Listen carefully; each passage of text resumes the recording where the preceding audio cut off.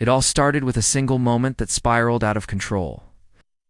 I had barely lifted my garage door when my neighbor's furious voice cut through the air, accusing me of stealing a car that wasn't even hers to begin with. Within minutes, she had 911 on the line, shouting lies loud enough for the entire street to hear. What should have been a quiet afternoon turned into a scene out of a nightmare, with flashing lights and judgmental stares gathering around me. What happened next will make you wonder, how far can an HOA or a neighbor really go when they think they hold the power? When I first moved into the neighborhood, I thought I had found a quiet corner of peace. The houses were neatly lined, lawns manicured, and the streets seemed calm enough to promise a stress-free life. I wasn't looking for trouble. I just wanted a place where I could work, rest, and enjoy a little bit of normalcy after years of saving for a home. Asterisk at first, everything seemed fine. Neighbors waved politely, kids rode bikes in the cul-de-sac, and the HOA presented itself as nothing more than a group meant to keep the community beautiful. I kept to myself, paid the required dues, and followed the rules as best as I could. For a while, it felt like I had made the right choice. Asterisk. But little signs began to appear that something wasn't right. Notes slipped onto doors reminding residents about the length of their grass.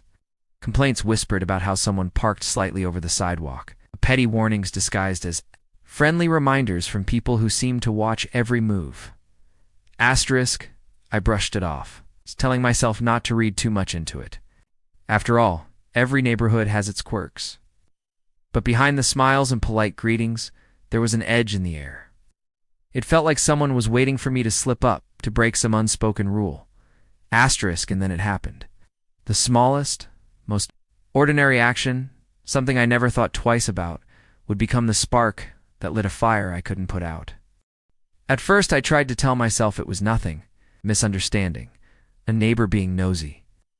But it didn't take long for the warnings to start piling up. The HOA didn't knock on my door or even try to talk to me directly. They sent letters. Cold typed notices slipped into my mailbox. Each one with bold print and language that made it sound like I was some kind of criminal. Asterisk. The first letter accused me of parking in violation of community standards. My driveway was full, so I had parked my car at the curb for one night. Just one night. But according to the HOA, street parking wasn't allowed unless I had filed for a temporary parking exception, something I had never even heard of. It's a fine $50, with a warning that if I didn't pay within 10 days, the amount would double. Asterisk, I paid it. I didn't want to start a fight, asterisk, but the notices didn't stop. A few weeks later, I got another letter. This one claimed my garbage bins had been left out too long after pickup day. I had brought them in the same evening, but apparently the rule required them to be stored within 1 hour of collection. Another fine. Another thinly veiled threat, asterisk. It became a pattern. I would wake up to find new letters, each one nitpicking over something smaller than the last. Grass an inch too tall, a flower bed that disrupted uniformity. Even a note about how my garage door appeared to remain open for extended periods, which made me laugh at first until I realized they weren't joking. Asterisk, that's when I started noticing her. The neighbor across the street, she wasn't just watching, she was documenting. Every time I stepped outside, her curtain shifted. I caught her holding her phone up more than once, snapping photos of my house, my car, even me. Asterisk, it wasn't paranoia. A week later, another letter arrived, this time with time-stamped photos. My violation was that my garden hose had been left uncoiled beside the spigot. The HOA claimed it created a visual disturbance to the neighborhood aesthetic.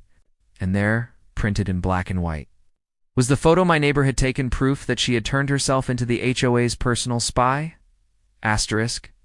Started to feel like I couldn't breathe. Every move was monitored. Every ordinary part of life became evidence against me. Asterisk, the harassment escalated. One Saturday morning, I was washing my car in the driveway when a stranger pulled up in a Golf cart with the HOA's logo slapped on the side. Introduced himself as a compliance officer. No smile, no warmth, just a clipboard and a stern expression. He said he was just making rounds, but he stood there watching me the entire time I scrubbed my car, writing notes like I was under investigation. Asterisk, when I finally asked what he was doing, simply said, making sure you don't violate policy. Asterisk. That was when I realized this wasn't just about rules. It was about control. Asterisk. Days blurred into weeks, and the fines kept coming. I racked up hundreds of dollars in penalties over things I didn't even know were rules. One evening, I found a certified letter taped to my door. Inside was a notice that if I didn't pay, the HOA would place a lien on my home. My home. The place I had worked years to afford. Asterisk, I wanted to fight back, but the system was stacked against me. Every appeal I filed was reviewed by the same board that issued the fines. They rejected each one within days, never offering a reason beyond violation upheld. It was like shouting into a void. Asterisk, the stress seeped into everything. I stopped enjoying my yard. I avoided being outside. I even felt nervous opening my garage, because I knew at least one pair of eyes was watching, waiting. Asterisk, but the breaking point came on an ordinary afternoon. I was grabbing something from my garage when the neighbor, the same one who had been spying for months, stormed across the street. Her voice was sharp and accusing. She pointed at my car and yelled that I had stolen it. Asterisk, at first I thought she was joking, but her face was red, her eyes blazing, and her phone was already in her hand. Before I could respond, she dialed 911, screaming into the receiver that I had just stolen a car, her car. Asterisk, I stood frozen, stunned that someone could lie so boldly. Within minutes, the street filled with flashing lights. Officers stepped out, their hands resting near their holsters as they demanded I prove the car was mine. My neighbors gathered on the sidewalks, whispering, watching, judging. Asterisk. It didn't matter that the registration and insurance were in my name. The damage was already done. I could feel the weight of their stares, the unspoken assumption that maybe I really was guilty of something. Ow. That kind of suspicion doesn't vanish when the truth comes out. It lingers, poisoning every glance, every interaction. Asterisk, the police eventually left, shaking their heads, clearly irritated at being dragged into a petty feud, but the neighbor didn't stop. The very next day, another letter arrived. This one claimed I had violated community peace by creating a public disturbance. The fine was $250. Asterisk, I felt sick. I realized the HOA wasn't just tolerating her behavior, they were feeding off it. The more she reported me, the more fines they collected. I wasn't just a resident anymore. I was a target.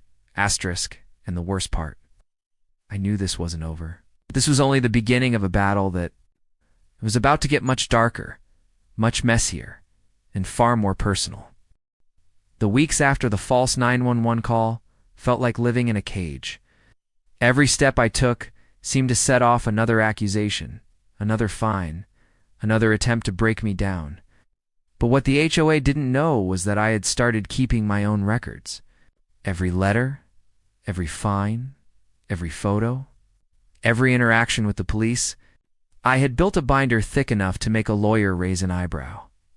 Asterisk, the breaking point came on a humid Thursday evening when the HOA scheduled a special hearing about my so-called violations.